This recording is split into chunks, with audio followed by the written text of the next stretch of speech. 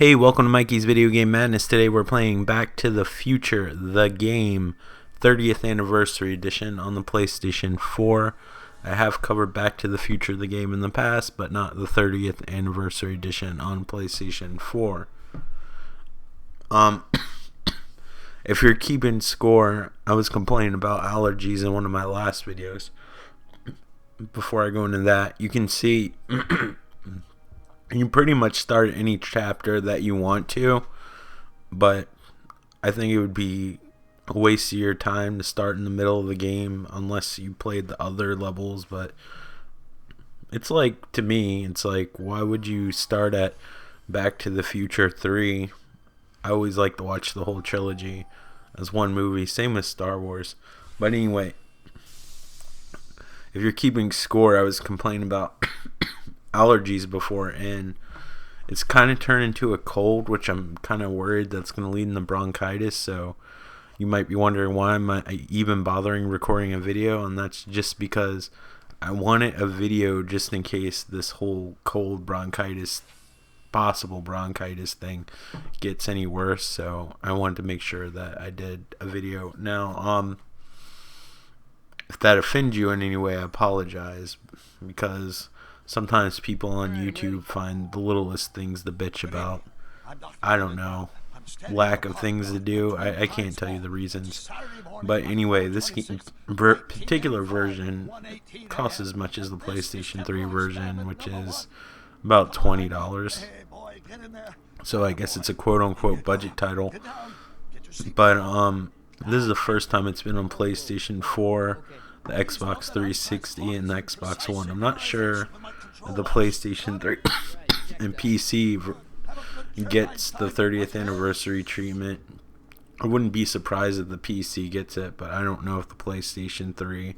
I'm actually surprised the 360 got it, because at this point in time, like, those consoles are being left to die, like in the desert somewhere. There's like a handful of games coming out, and that's it. I'm really surprised that Rise of the Tomb Raider is coming out on 360. I seriously doubt that the PS3 is going to get a version, which, if they're doing a 360 version, I imagine it'd be somewhat convenient to release it on the PS3. But by the time the PS4 version comes out, the consoles will be even more obsolete. They're getting like that gimped version of Call of Duty Black Ops 3 without the single player campaign, which is ridiculous. But anyway,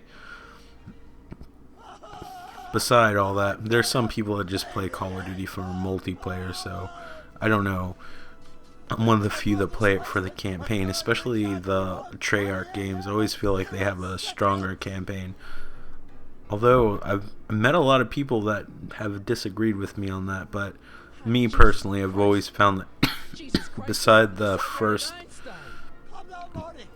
two Call of Duties and maybe the first Modern Warfare, like, the Treyarch ones have always been the most engaging.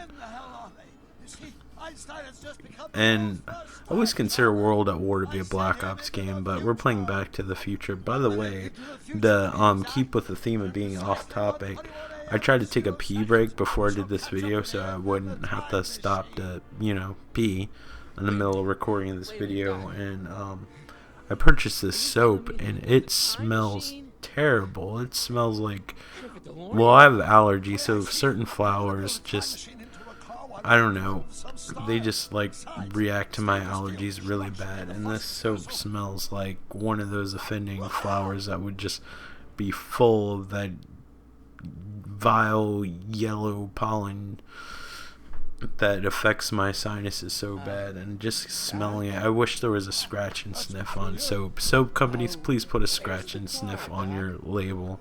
They probably have them for the more expensive soaps, but obviously I get off-brand because, not making money on YouTube, that's for sure. But anyway, not that I'm complaining. I do it for love of recording, for the love of recording. Sorry, and stuttered there. I was thinking about what I was going to say while I was saying it, which isn't really wise when you're trying to do a commentary, but, whatever. I'm usually talking while I'm thinking about the third thing I'm going to say, so usually what I'm saying gets lost in translation, or it's like a mutated version of the next two things I'm going to say. Yeah, 80s is a bitch, but amusing. I go back and watch some of these videos and try to figure out what the hell I was thinking.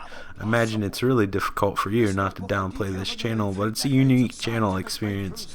You're probably not going to get on most other channels if you give it a shot. You know, a lot of friends and stuff,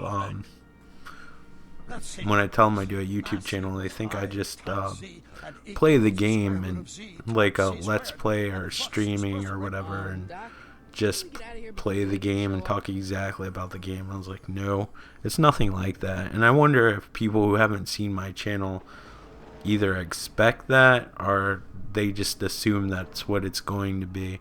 Because I imagine there's some people that enjoy that stuff. If they didn't, Twitch would not exist, I'm sure. But yeah, they must be really disappointed I'm talking about hand soap and shit like that when I should be talking about the game. But anyway, after I choke and cough out some of my life force, yeah, so this is the 30th anniversary edition. Apparently it's supposed to have, because it's not the 30th anniversary of the game, obviously.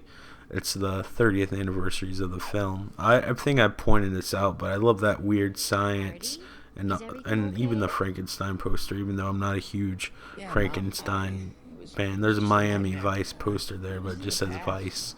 But yeah, I love the stylized weird cartoon rendition of those classic posters. I really like the film Weird Science. I don't own it though. I really need to. If you'd like to donate a Weird Science Blu-ray, I wouldn't argue you down on that. But yeah, I need to get that.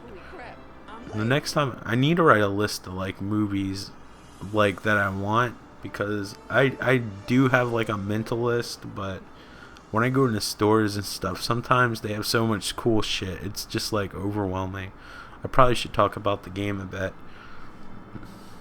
I'm trying to make this a little bit unique because I covered this. I can't remember if I covered the PlayStation 3 or the PC version. I might have covered both, honestly. That's a weird texture.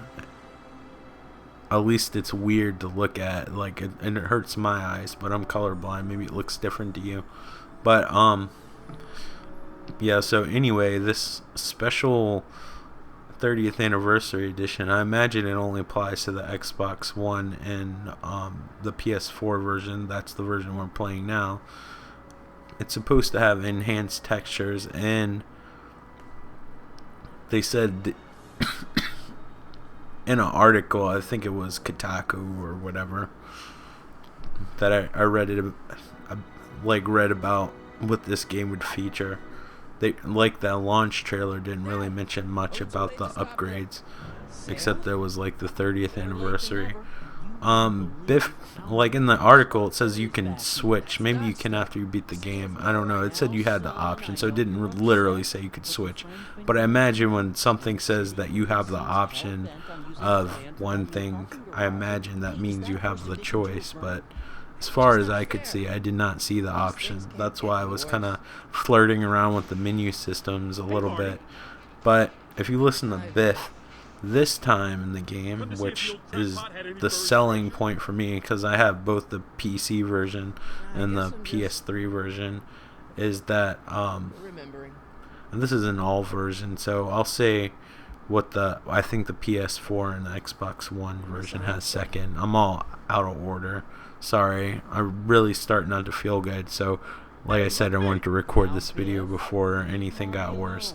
So yeah, Tom Wilson, who played Biff in the movies, actually does Biff's voice in this game, which is nice because Biff is like one of the most integral characters of the films. I mean, they got Christopher Lloyd. They have this dude that sounds exactly like a young Michael J. Fox, and even Michael J. Fox actually makes a cameo later in the game. They have the girl who played Jennifer in the first movie, although I'm more accustomed to Elizabeth Shue, but I imagine she would probably be a bit more expensive. But in the first game, they didn't have the first iteration of this game. They didn't have Tom Wilson do Biff, and I just, not to pick on the voice actor or whatever, but I didn't think that he did a very good Biff. It just sounded like some random cartoonish thug, and I don't know, to hear the real Biff was just a selling point to me. Now the feature that's supposed to be exclusive to the PS4 and Xbox One versions is it supposed to have upgraded textures. I don't really see it. Everything you see in the game, though, is me playing it for the first time. Usually I test run the game first, but I'm familiar enough for the PlayStation 3 version where I was just like, fuck it. I played it. I beat the game on the PC.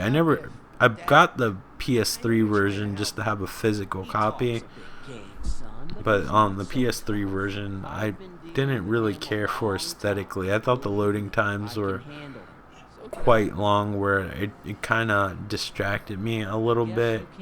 I'm not one of the bitch. Like, I used to play my Commodore 64 and look at flashing rainbow screens, or whatever the hell you would call them, the loading screens that would change all different colors for a good 5 minutes before I could play the game. But there's a lot of loading screens in this game, and PS3 was kind of sluggish loading it up. It was fully functional, and you got the vibe of everything, but it had that blurry old PS3 look that you didn't see in later PS3 games. Something to do with their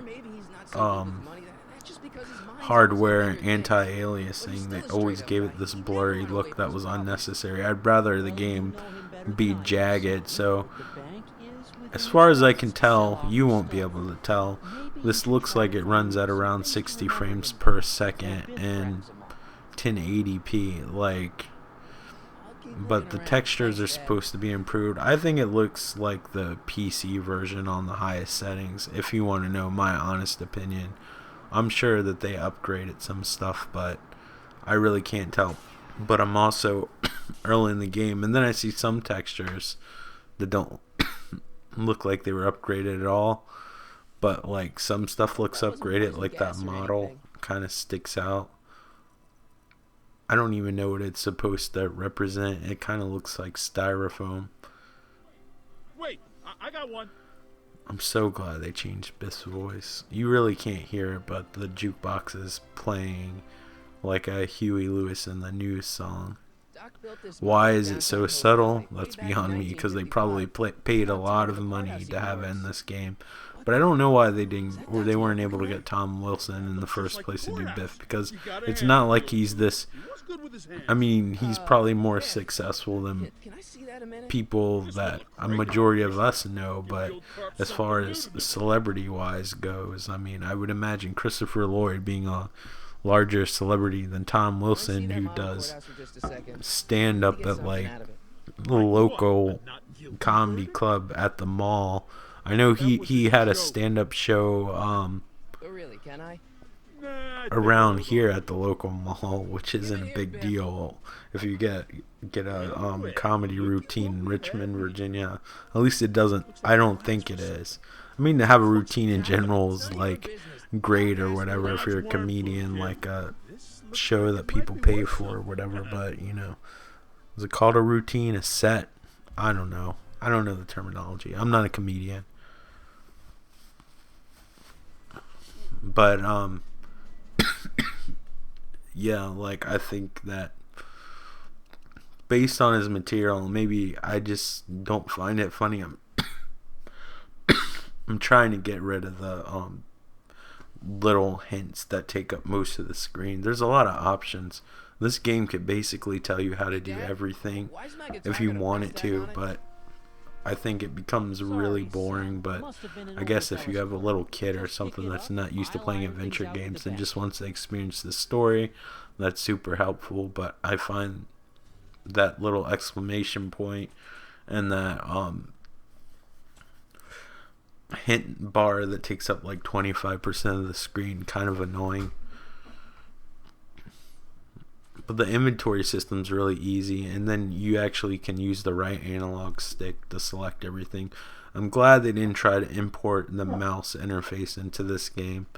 There's actually a version of this game for the Wii. It looks atrocious, in my opinion, because I already feel like the graphics are simplified. That's why I was kind of shocked that the load times on the PlayStation 3 were like really like slow and the graphics were like fuzzy. I'm like, this is not pushing the PlayStation 3's graphical capabilities by any means. So Hey, look, it's Chuck Butthead. I would imagine the PlayStation 3 version looking like this version, but Let me what do show I you how know? it's done. When it's I forgot all to the turn monkeys, up the two knobs, folks know, three to but get I'll do ready. it Now next go, time. scat, go. You get to see what happens when you don't do the right thing.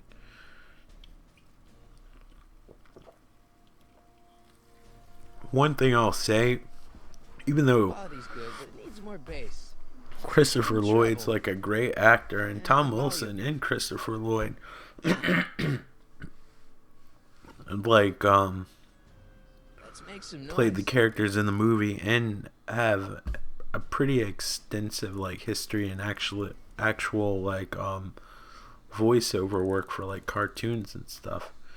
But I feel like their characters aren't really nailed down in this game. I think they do a good job, and you know who's playing them, and you know what characters they're playing as. But Now, something your kids are really I will gonna give like. props. I Thanks forgot for what the warming 'em up dude's for name me, is that butthead.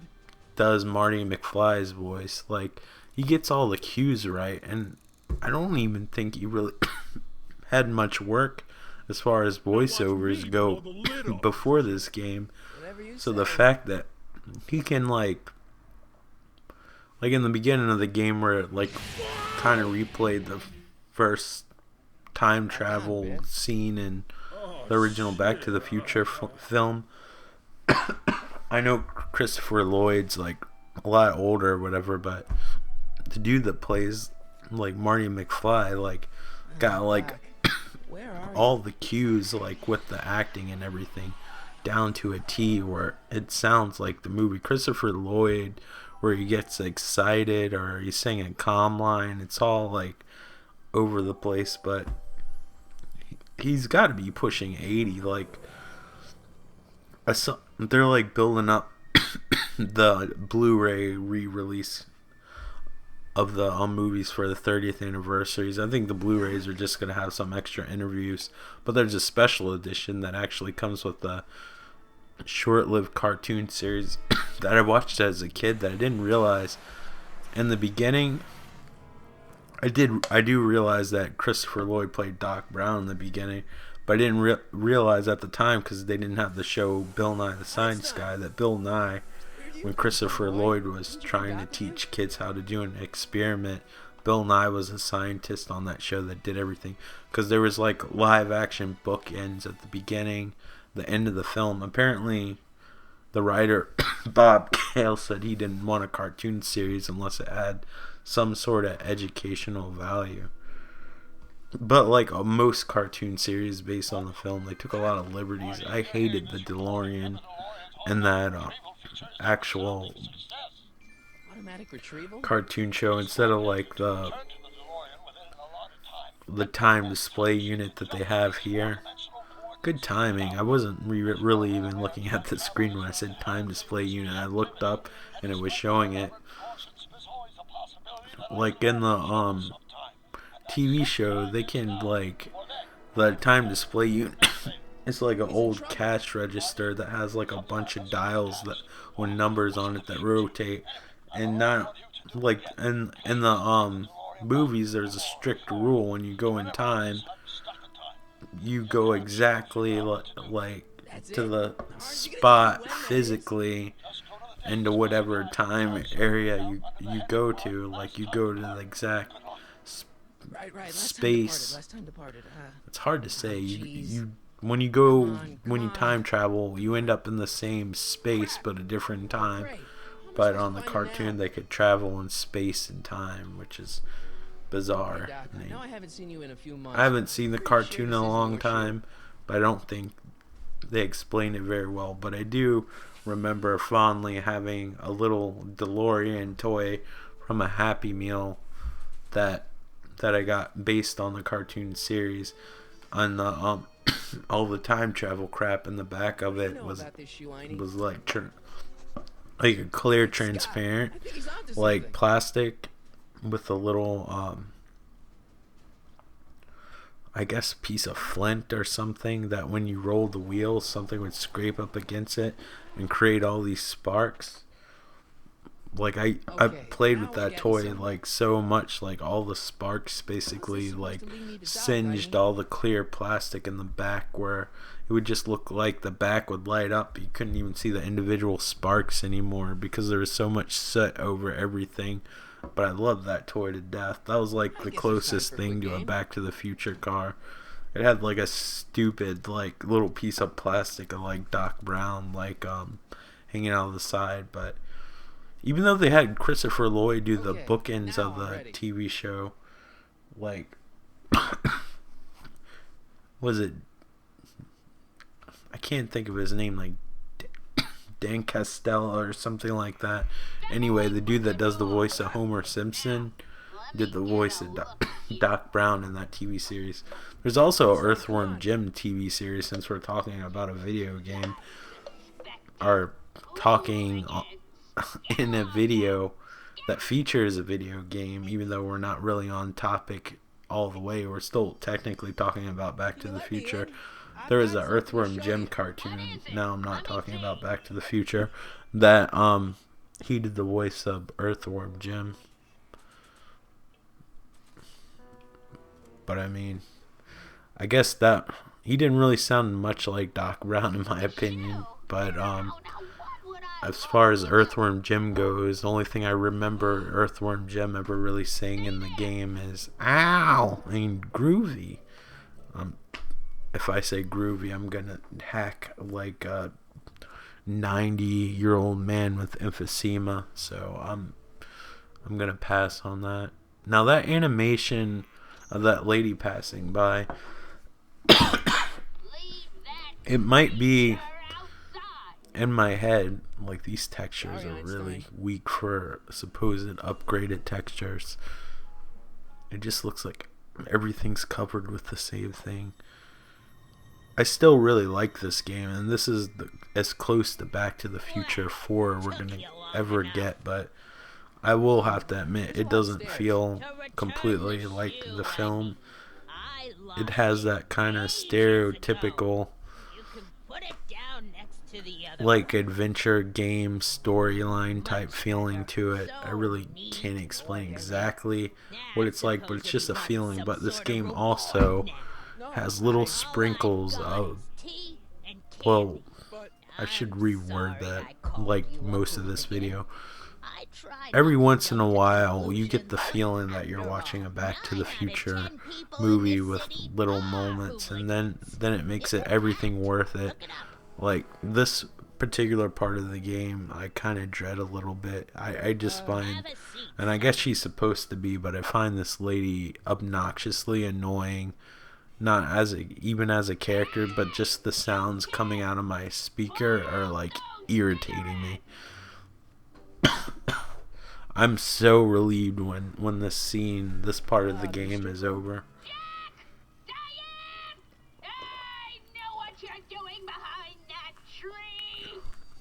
But essentially what the game is doing, kind of like what the movies are doing, are kind of setting up characters. And I like the idea that you see characters now and then you kind of get like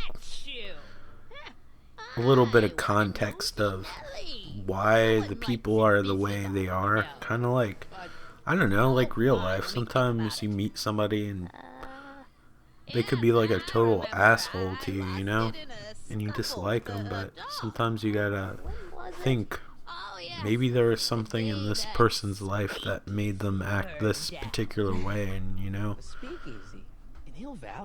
it doesn't mean you have to like the person, but it adds context to the story, and it's good to try to be a little bit compassionate sometimes for others. even though that's like way off topic for the game. But you know, I try to be compassionate with people and understanding.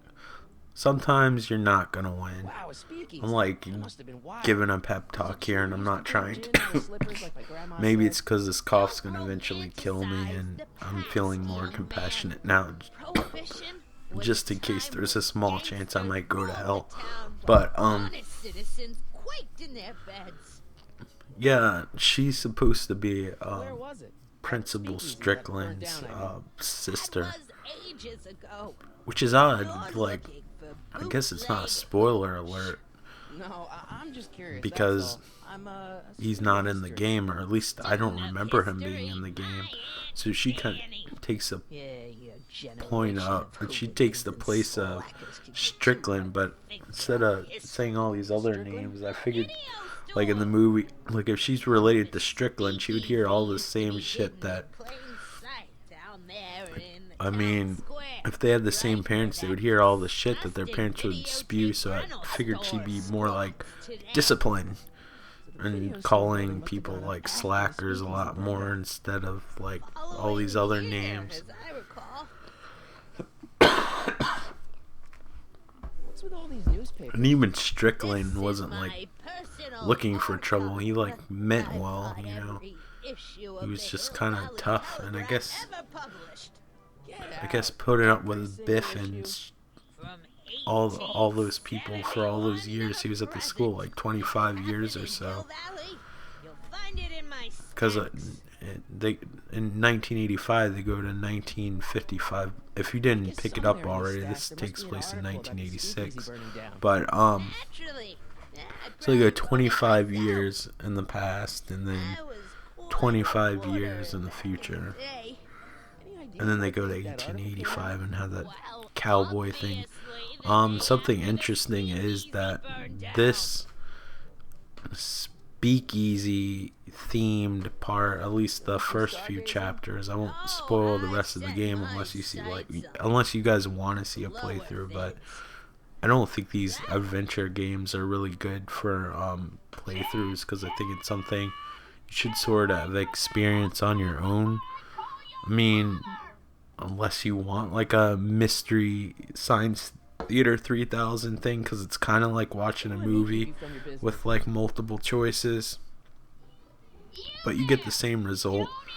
To me, these adventure games are more like an interactive cutscene, if anything. It's a little bit deeper than a quick time event, but there's not like a lot of variables to make. There's a little bit more with like the Walking Dead game, and there's actual like real gameplay elements. There's a couple here and there in the game, but for the most part, everybody's gonna have the same experience with this game. I guess depending on how easy they put it, maybe you'll walk back and forth trying to figure out what to do if you have the hints turned off. But these later Telltale games are games are pretty straightforward and don't require a lot of figuring out or obtuse puzzles like older adventure games do. But I played their versions of Monkey Island and Sam and Max, and they were a little bit more difficult in the way of puzzles. Not as difficult to say like or obtuse as like the LucasArts versions of the game, but enough where it didn't feel like the game was holding your hand all the time. Like The Walking Dead, you can definitely tell like that game wants you to finish the game for the story and your choices, so they don't really give you any super difficult puzzles to date. They're coming out with a third season, but the last two seasons were pretty easy. But the puzzles were all logical, which they should be in that type of game, because, you know, it's not a cartoon. And I'd say there's maybe like, I wouldn't even really call them obtuse, but some things that in this game that you have to do that are a little bit strange, that you wouldn't really think of in normal life, that you might have to do some trial and error, like in one of the later chapters, but that's about it. This game's more about the story and trying to have you experience the story. Same with their Jurassic Park and Wolf Among Us, which I've yet to finish. I really need to finish that. I should probably do a video of that. I don't like doing beyond the first chapter. The first chapter of this game is actually probably, in my opinion, or at least it felt like it, the lengthiest version. I love how short those loading times are. It's so beautiful. It's so funny, like, the tone of this game is kind of like slapstick and cartoony, but they kind of curse, and there's a lot of adult humor in this, like the films would have, so...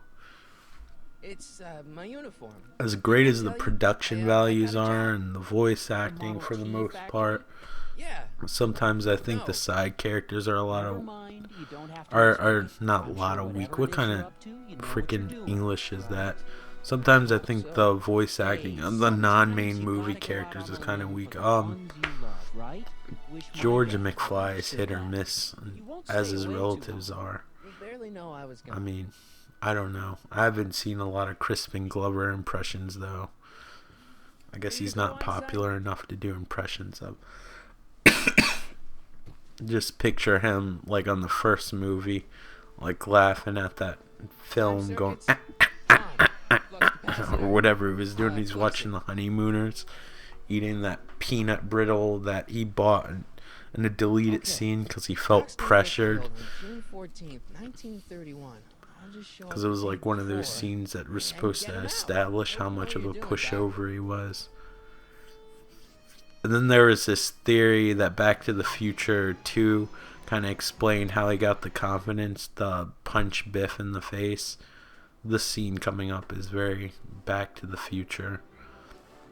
And then the sound effects, depending on how loud the commentary is, are turned down a little bit. I needed to turn them up, so if you're wondering if the the game's glitching when they're firing their guns and stuff, it's not. I had accidentally set the sound effects lower than they should have been. It looks convincing, but it doesn't match the... I would have thought that they would have used a more serious art style, but then again, like, the artists of Telltale Games are whatever.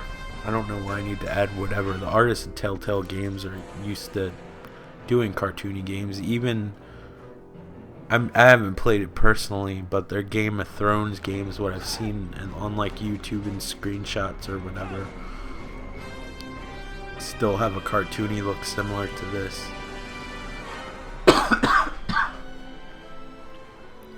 One thing I always wanted a Back to the Future game, even if you only could go through like a handful of time periods, is to be able to drive the car.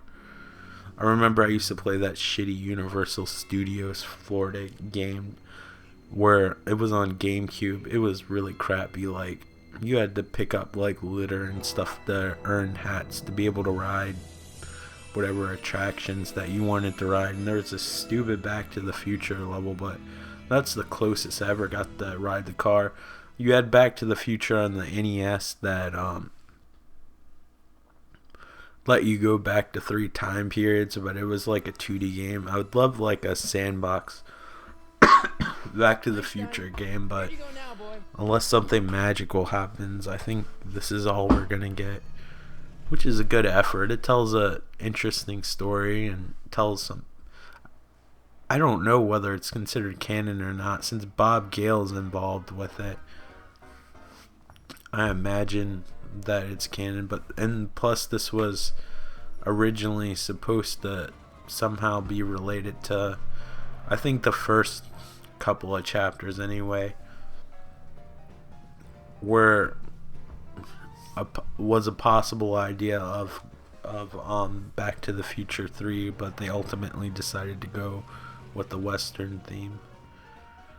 They're trying, kind of, I guess Marty kind of does that in every movie like back up and look at everything super shocked. Although when he went to 2015, that looks exactly like 2015 today. Obviously they knew they weren't going to get the time right, so they had fun with it. But that one, he didn't really do the back away and stumble. That always happens when he goes to the past. But when he went to the future, he was super stoked. You could see him walking forward, or at least that was my impression of it. So it should be pretty obvious who she is. And it might have already said it, but I'm looking at a pretty small screen now, so I can't really read the font. And I have the sound turned down, so I can't hear what they're saying. I'm just going by memory. How'd Doc get himself into... Doc? I do like how you get to pick his little alias on this game. Pretend you don't know him. Like the first Back to the Future, it's Calvin Klein, and then the third one, it's Clint Eastwood. The second one, it's still Calvin Klein when he goes to the 50s. He doesn't really have an alias because he pretends to be his son. I'm trying to think what his son's name was. Wasn't it like Marty Jr.? I'm like, Back to the Future is one of my favorite